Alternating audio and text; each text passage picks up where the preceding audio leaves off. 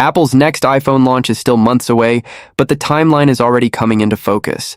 And if the latest leaks are even remotely accurate, this could end up being one of the most important Apple September events in years. Not just because we're expecting the usual Pro upgrades, but because Apple may finally be ready to introduce its first foldable iPhone, a device that could completely reshape what the next iPhone even means. Right now, the most consistent rumor points to three major phones for the fall lineup: iPhone 18 Pro, iPhone 18 Pro Max, and Apple's first folding iPhone.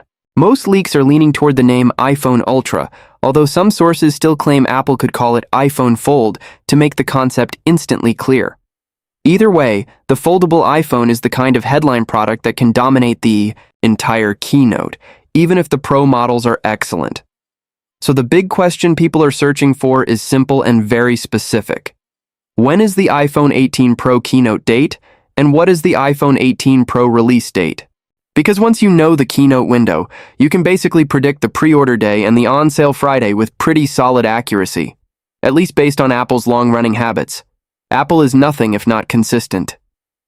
September is Apple's traditional iPhone month, and the iPhone keynote is basically the starting pistol for everything that follows: the official reveal, first impressions, hands-on demos, the review cycle, pre-order weekend hype, and then the first wave of new iPhones, hitting stores less than 2 weeks later. It's a very rehearsed machine, and Apple rarely deviates from it unless there's a major supply issue or an unusual product strategy.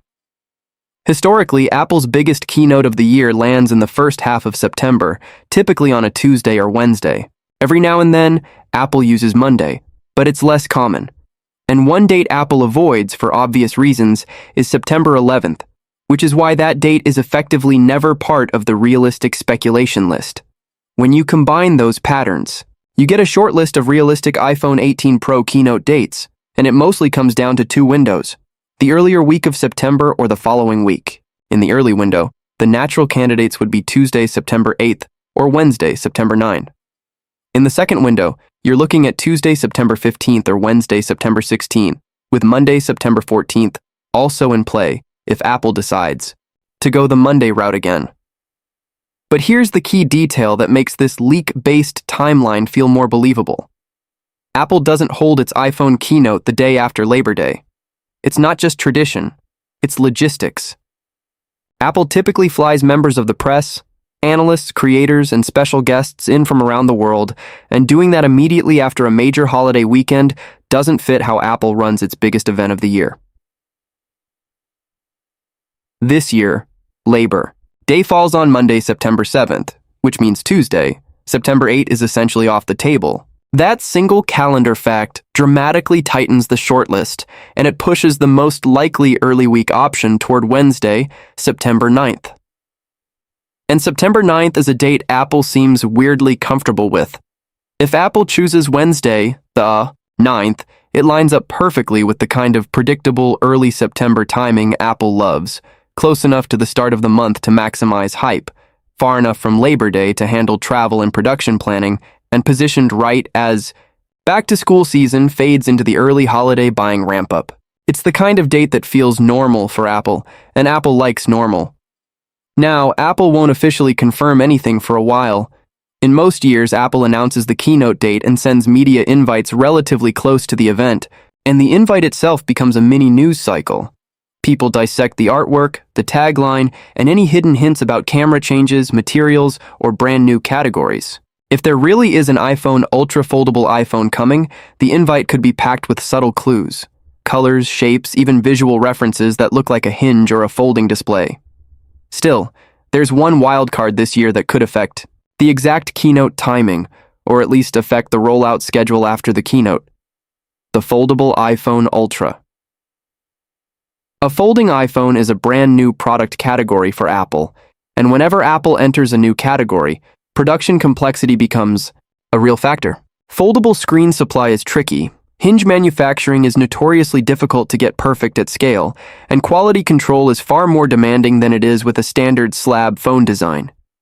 Even companies that have shipped foldables for years still deal with yield issues, durability skepticism, and limited initial supply.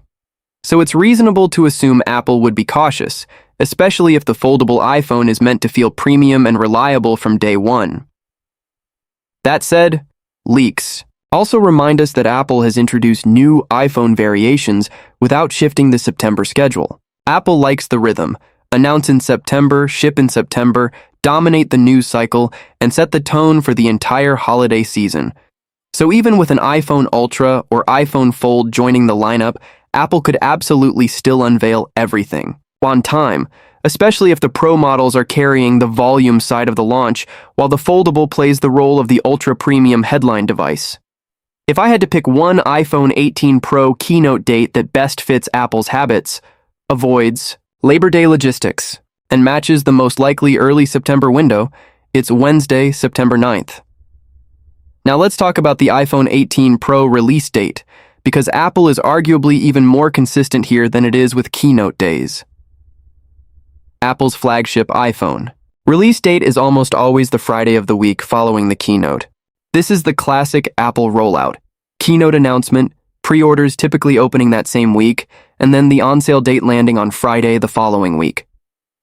That Friday becomes a global event: carrier promos, lines at Apple stores, delivery, tracking screenshots, and the first real wave of customer reactions. Using that pattern, if the iPhone 18 Pro keynote happens on Wednesday, September 9th, then the most likely iPhone 18 Pro release date becomes Friday, September 18th. If Apple chooses the following week instead, say Tuesday, September 15th or Wednesday, September 16th, then the on-sale Friday would shift to September 25th.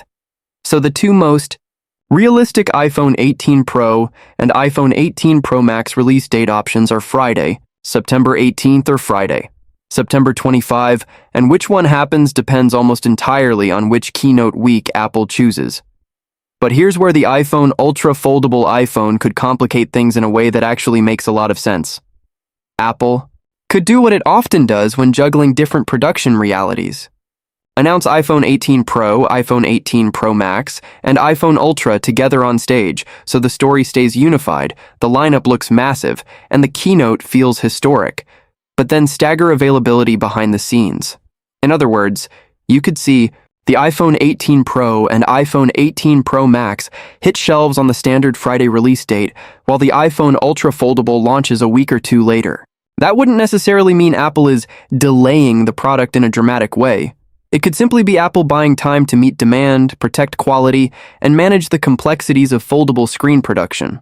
Apple is famously unwilling to ship a product that feels unfinished, and a foldable iPhone has more points of failure than a standard iPhone. And from a marketing standpoint, staggering the release could actually help Apple.